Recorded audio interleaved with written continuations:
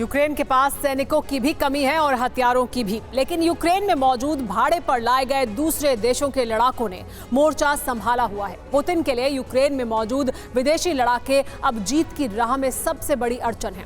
Kharkiv में France के लड़ाकों के होने की पक्की जानकारी के बाद रूस ने फ्रांस के राजदूत को तलब किया, लेकिन फ्रांस ने यूक्रेन को और मदद देने का ऐलान किया। दूसरी तरफ यूक्रेन के जासूस लगातार रूस में हमले कर रहे हैं। क्रीमिया और बेलगोरोद के पावर प्लांट पर हमला होने के बाद कई इलाकों में बिजली गुल हो गई।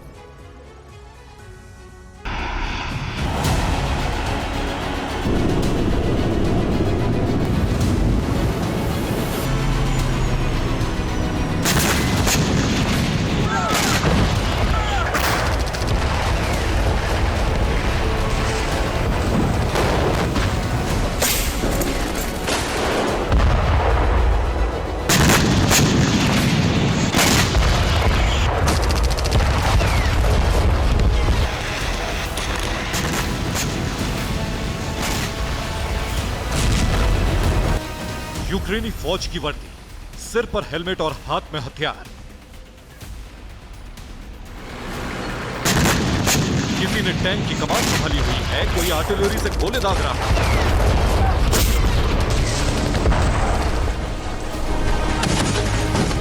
कोई एमएलआरएस ऑपरेट कर रहा है। यूक्रेन की जमीन पर रूसी सैनिकों पर हमला कर रहे ऐसे हजारों सैनिक हैं जो पहली बार यूक्रेन आए।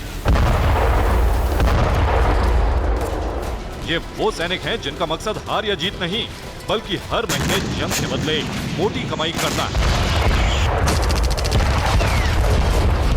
पुतिन के विरुद्ध नाटो का मर्सनरी युद्ध क्या है, इसे समझने के लिए पहले मर्सनरी सैनिकों का मतलब समझ लीजिए। मर्सनरी ग्रुप का मतलब है भाड़े के सैनिक। ऐसे ग्रुप युद्ध लड़ने के लिए मोटी रकम लेते हैं। यूरोप से कई मर्सनरी लड़ाके यूक्रेन भेजे गए। नाटो ने युद्ध की शुरुआत के बाद यूक्रेन को सिर्फ हथियार ही नहीं दिए, बल्कि हथियार चलाने वाले योद्धा भी दिए।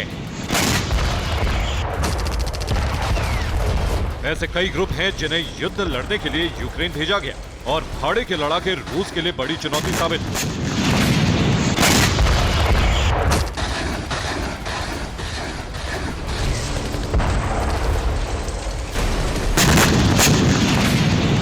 एक रिपोर्ट के मुताबिक लड़ाकों को $2000 तक की फीस दी जा रही है। यूक्रेन में मर्सनरी लड़ाकों की तादाद करीब 17,000 है।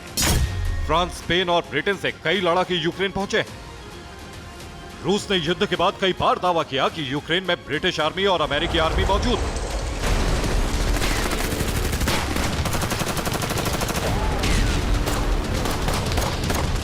लेकिन मर्सनरी का मामला 2 दिन पहले ही गरमाया है।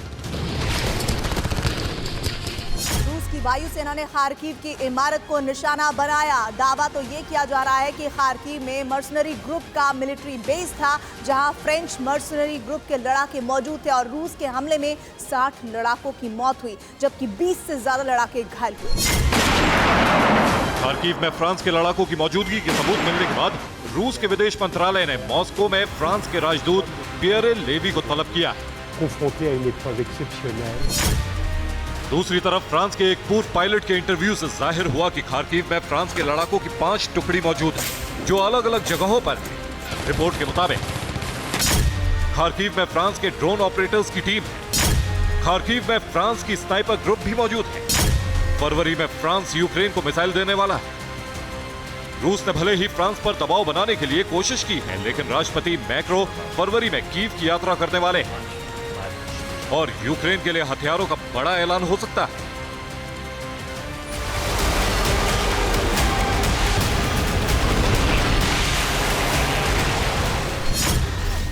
एक तरफ भाड़े के लड़ाके तो दूसरी तरफ यूक्रेन का गुरिल्ला वॉर पुतिन के लिए बड़ी चुनौती है।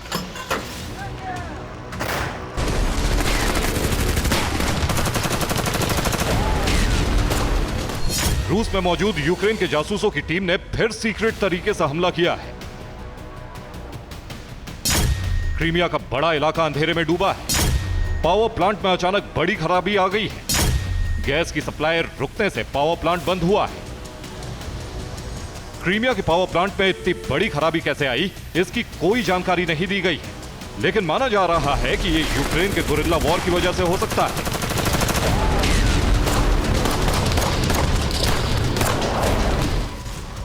रूस में अचानक ऐसी कई घटनाएं हुई हैं जिसकी वजह को लेकर कई तरह के सवाल उठे हैं।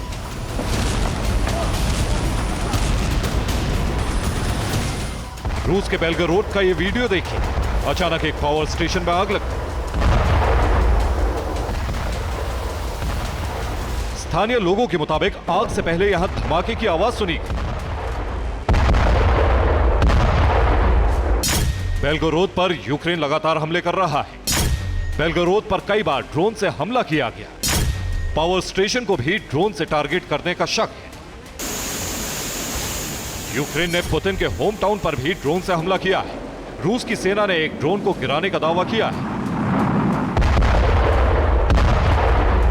जबकि यूक्रेन ने दावा किया है कि एक ड्रोन पुतिन के घर के ऊपर से गुजरा।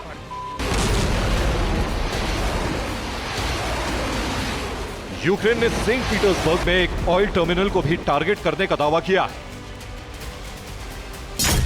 यूक्रेन का दावा है कि ड्रोन में 3 किलो विस्फोटक लोड किया गया था। धमाके के बाद तेल के टर्मिनल में आग लग गई। यह बाल्टिक सागर में तेल की सप्लाई का मुख्य ठिकाना था। रूस से यह वीडियो भी आया है। दावा किया जा रहा है कि यह उसी ऑयल टर्मिनल का है जिसे यूक्रेन ने ड्रोन से टारगेट किया है।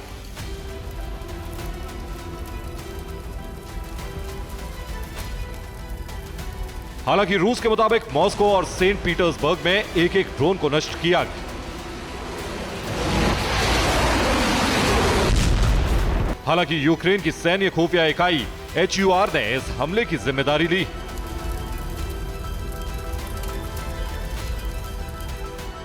ऐसे हमलों से एक बार फिर साफ हो गया है कि जंग के मैदान में भले ही रूस बारूदी ताकत से यूक्रेन की सेना पर हावी हो जाए, लेकिन यूक्रेन के जासूस रूस में फैल चुके हैं और रूस को अभी और नुकसान पहुंचा सकते हैं। Bureau report, TV9 Bharatvarsh.